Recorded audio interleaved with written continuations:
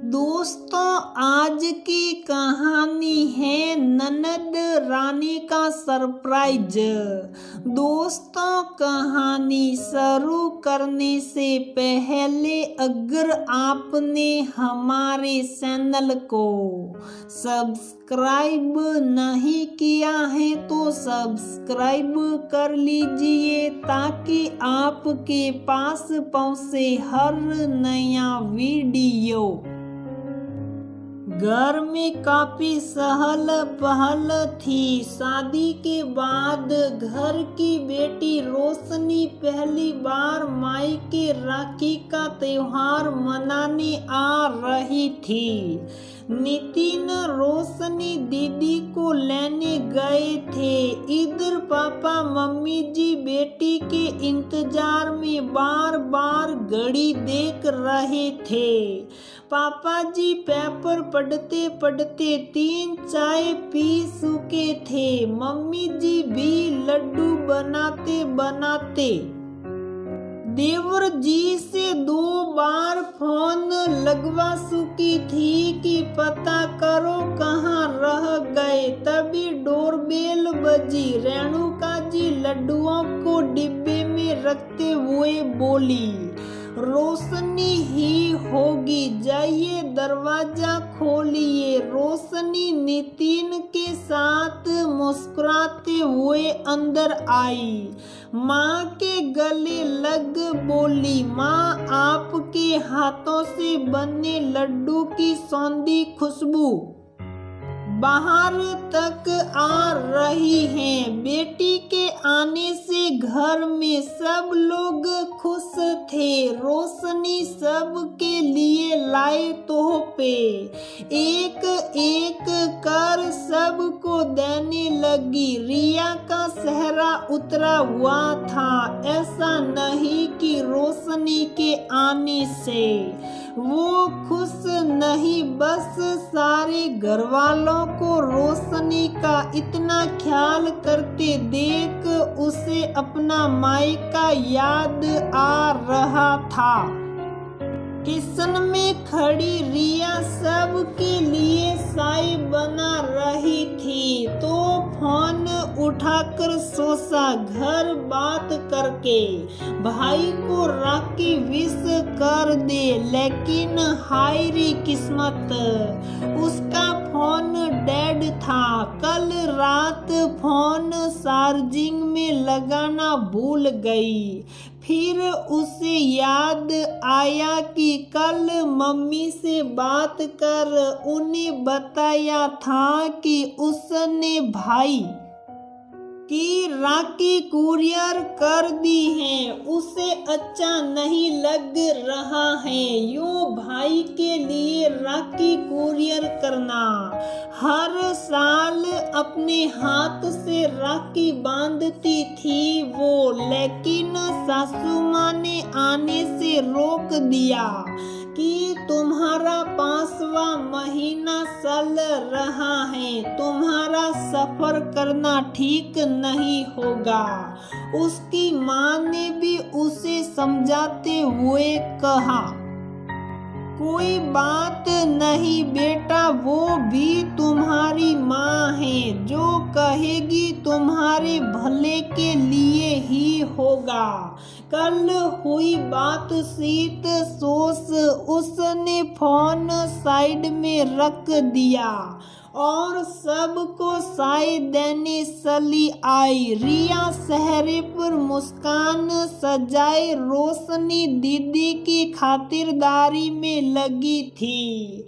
रेणुका जी रिया की मुस्कान देख निश्चिंत हो गई कि बहू को मायके न जा पाने का दुख नहीं है। उन्होंने उससे कहा, बहू जाओ दीदी के लिए थाली सजा कर ले आओ। जी माँ अभी लाती हूँ, कहकर रिया राखी की थाल सजाने लगी। रौली अक्षत और राखी रुमाल रखते रखते उसकी आंखें भर आई। आंसू गालों पर लुढ़क न आए और कोई उसे देख न पाए, इसलिए जल्दी से उसने आंचल से आंखों की कोरों को पोंछ लिया और फिर से मुस्कान सजा थाली दीदी को आकर दे दी। रोशनी के कहने पर रिया भी नितिन के बगल ननद से टीका करवाने बैठ गई। रोशनी दीदी को नितिन की कलाई पर राखी बांधता देख उसकी आंखों से झर-झर आंसू टपकने लगे। उसने कोशिश की कि खुद को संभाल ले, जैसे सुबह से खुद को समेट रखा था, लेकिन वो नाकाम रही। उसे ऐसे रोते देख सब घबरा गए। रोशनी ने पूछा, क्या हुआ रिया, तबीयत तो ठीक है तुम्हारी?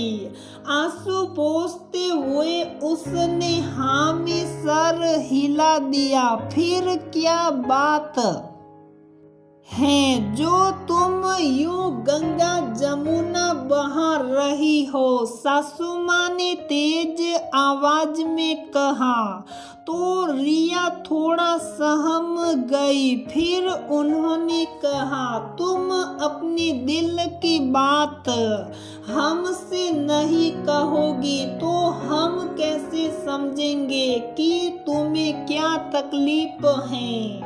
माँ रुकिए, मैं बताती हूँ। रोशनी ने फोन पर किसी का नंबर मिलाया और थोड़ी देर में घर की डोरबेल बजी। रिया जाओ दरवाजा खोलो प्लीज, मैंने तुम्हारे लिए कुछ मंगवाया है। कोई कुछ समझ नहीं पा रहा था। रोशनी ने इशारे से सबको 2 मिनट रुकने को कहा। रिया दरवाजा खोलने गई। दरवाजा खोलते ही रिया की सीख निकल गई।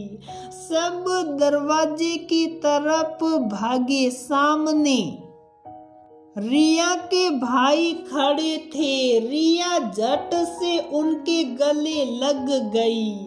रोहित बेटा, ऐसे अचानक आने से पहले एक फोन भी नहीं किया, सब ठीक है ना?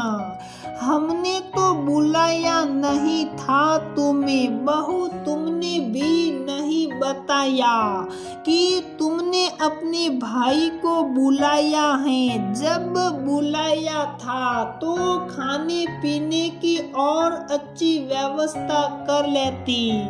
रेणुका जी ने सवालिया नजरों से दोनों को देखते हुए कहा। रोहित और रिया एक दूसरे को देख रहे थे।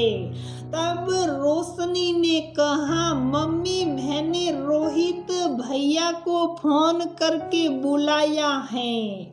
इन्होंने भी मुझसे यही कहा कि बहन के घर से किसी ने नहीं आने को कहा और रिया की राखी भी कोरियर से आ गई है। ऐसे बिना बुलाए मैं कैसे आऊं? मैंने ही जिद करके कहा कि जैसे रिया आपकी बहन है वैसे ही मैं भी आपकी बहन हूँ। आइए इस बार अपनी 2 बहनों से राखी बंधवाइए। इसलिए रोहित भैया आए हैं। माँ कोई कितना भी खुश रहने की कोशिश कर ले, लेकिन इस दिन भाई की कलाई पर राखी न बांधने का दुख मुझसे बेहतर कौन जान सकता है, जो पूरे 2 साल बाद अपने भाई को राखी बांधने आई है। मैं आते ही रिया के चेहरे पर वो दुख साफ देख पा रही थी, जिसे रिया बड़ी ही खूबसूरती से अपनी मुस्कान से छुपाने की कोशिश कर रही थी। क्यों रिया, कैसा लगा मेरा सरप्राइज? रोशनी ने रिया की तरफ देख मुस्कुराते हुए कहा, बहुत ही अच्छा दीदी, मैं आपका ये सरप्राइज कभी नहीं भूलूंगी। थैंक यू दीदी, आपने मेरे बारे में इतना सोचा। रिया आंखों में आए खुशी के आंसुओं को पोंछते हुए बोली, अरे थैंक यू कैसा, अपनी छोटी बहन जैसी भाभी की खुशी के लिए इतना तो कर ही सकती हूँ। हाँ, एक बात कहना चाहूंगी रिया, तुम्हारे मन में जो बात हो खुलकर बताया करो, शायद नितिन से या मम्मी पापा से, ये सब भी तुम्हें समझेंगे। मम्मी ने तुम्हें जाने से रोका तुम्हारी ही सेफ्टी के लिए। बातें मन में रखने से गलत फहमियां बढ़ती हैं। कहने और सुनने से हम दूसरों के मन को समझ पाते हैं। कभी कभी कोई बात किसी के लिए छोटी सी बात होती है और ज्यादा मायने नहीं रखती, लेकिन वही दूसरे के लिए वही छोटी बात बहुत खास हो जाती है। मम्मी, आप सब भी रिया को समझने की कोशिश करिएगा। एक लड़की को उसे समझने वाला पति और ससुराल मिले, यही उसकी इच्छा होती है। फिर रिया तो हमारी लाडली बहू है ना। हाँ भाई हाँ, हम सब लोग एक दूसरे को समझेंगे भी और उनका ख्याल भी रखेंगे। अब राखी बांधेगी या अगले साल के मुहूर्त तक इंतजार करना होगा? रोशनी को छेड़ते हुए नितिन ने कहा तो सब हंसने लगे। इस बार सब में रिया की हंसी भी शामिल थी।